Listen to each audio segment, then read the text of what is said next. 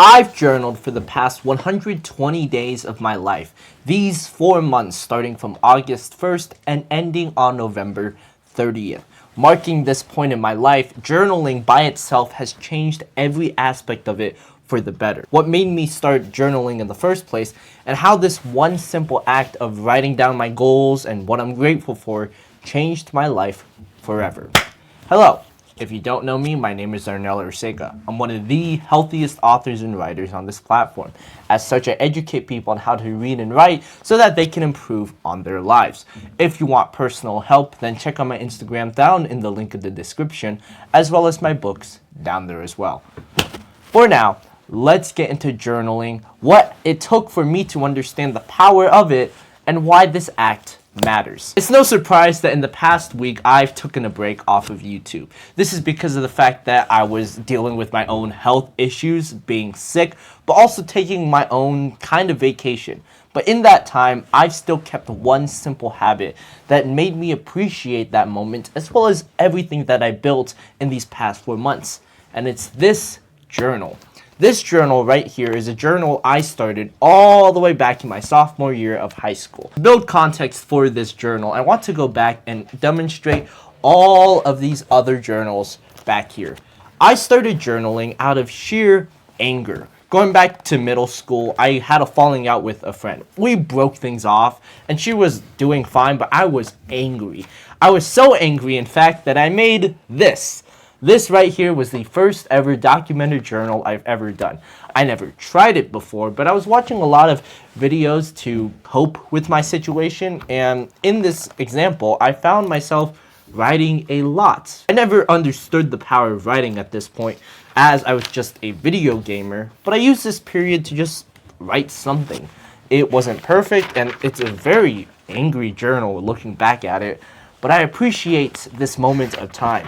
Even though I was an aggressive middle schooler, I was able to start journaling somewhere. It made me understand the process so much better, and while I never completed it, it eventually led me to make this. This was the first ever journal that I've ever done in my life. Kept it at a simple 14 days. I wrote about the days at hand, wrote down my goals, what I'm grateful for, and just experienced all the things that happened. It's because of this that really kicked things off, and ending my middle school year on a high, I was able to use this to write 5 more journals in my lifetime. Yes, this was the first of many journals that I would make, but it allowed me to appreciate creative endeavors so much more. It's what made me start writing books in the first place, as well as value writing in a more complex manner that I've never thought of in my life. I eventually made many more, such as Nothing Nonetheless. I gave each of my journals a little title so it could have an identity to stand out. Some of the handwriting is great, and some of it made me appreciate all those times at hand. But there's one thing for certain about every one of these journals. These were all seasonal. All of these journals were written in the spring and summer. Nothing ever more than that. It's because I put my time into these journals. I never thought about school or what I was doing on the offside.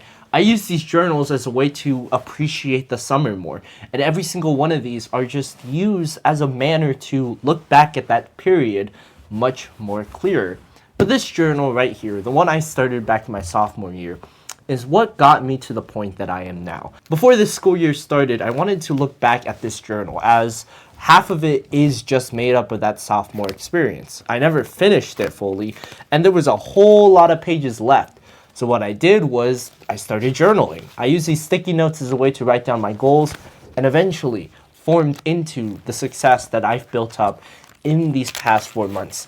Even on my lowest days, or even days that I'm sick, I still wrote in this journal. What I did was to make it shorter. In these examples here, you could see that I spent several days on it with huge paragraphs and stories, but I kept this one small. I wrote down my goals, the things I'm grateful for, and that was it. This is all I needed for a journal, and that's what got me to the point that I am now. Why this matters is because I'm able to appreciate everything around me, to meditate on ideas, and to understand why I do the work that you see right now. The truth of success is all about how much time you spend with it. And being disciplined enough to continue writing each and every day made me understand that journaling is one of my favorite habits to do. It's not just how you go about it, but it's the structure. The way you form it is what determines you. And by being able to structure your journal to your liking, you understand true success. It's not just about having the fanciest pen or making your journal look as beautiful as possible. It's about formulating it to the point where you can say, yes, this is me. This is what I want to tell. And to be perfectly honest, that's what made me start writing in the first place. I want to use this video to reflect on this period. Looking back at this first ever journal all the way back to my middle school years, it's so mad and angry, but to be able to jump from this point to this point, there's so much development there. And we tend to forget about these days that are often lost. We know for a fact that these things happen, but they're just either in pictures or as memories in our head. When we write it down in a journal, we explicitly know what happened that day. We know for a fact that this thing happened and we should be grateful for it. Some days when I wrote back in here, I genuinely forgot I did this or read that book or listened to that album. It made me understand that our time in months are so spread across that we don't tend to think about these things. It's good to be present in the moment, but that's what journaling is about. It's about reflection, but it's also about knowing what's there. So let me break down the final big action step that I can use. I can go on and on about how journaling is this and that, but to be blunt, I want to be able to share what I do. Journaling for the past 4 months has been simple. I kept this sticky note part here, just my goals. In the corner here, it's all the things I'm grateful for and all the things I gotten done that day. And that's it. I used to tell stories about these days and all the little thoughts and opinions I've had. You can do the same if you want, but at times journaling can become this huge burden. And I wanted to keep it as simple as possible.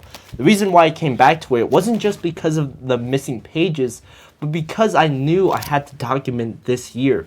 To document the journey it took from someone like me who started really small to ending up to the point now where I'm confident enough that if I keep going, everything will be just fine. So start with this pen and paper. You can buy a journal for less than $10. And if you want to copy it, then yeah, use sticky notes and all that thing.